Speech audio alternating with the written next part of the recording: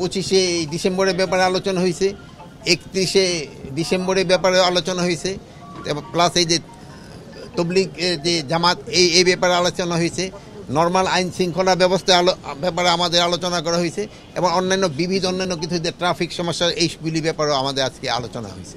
আইন শৃঙ্খলা পরিস্থিতি যে অবস্থা আছে এটা থেকে আরও উন্নতি করতে হবে, এবং যে কোনো পরিস্থিতিতে আইন শৃঙ্খলা আরও উন্নতি করতে হবে, এবং এই যে 16ই ডিসেম্বর সবাই যেন ভালোভাবে উদযাপন করতে পারে এই ব্যবস্থা আমাদের করতে হবে।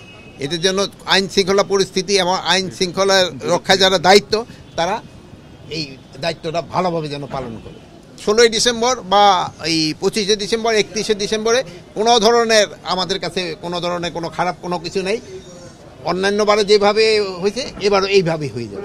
আর কাবেল বাংলাদেশের একমাত্র ইউএল এবং ভিডি সার্টিফাইড কেবল যা A grade LME registered. Dhaka শহরে একটু ছিনতাই বেড়ে গেছে, এই জন্য আমরা পুলিশের ইনস্ট্রাকশন দিয়েছি শেষ সাথে সাধারণত ছিনতাইটা হয়, শেষ সাথে যেন পেট্রোলিংটা বাড়াই দেওয়া হয়, শেষ সাথেটা একটু বেশি হয়।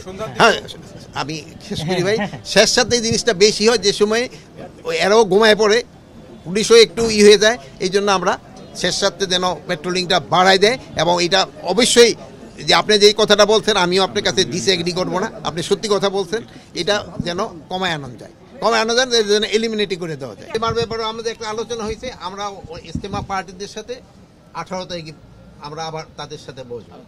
আর আমাদের ইজতেমার ব্যাপারে ডিসিশন হচ্ছে এর আগের বার যেভাবে হয়েছে এইভাবেই এবার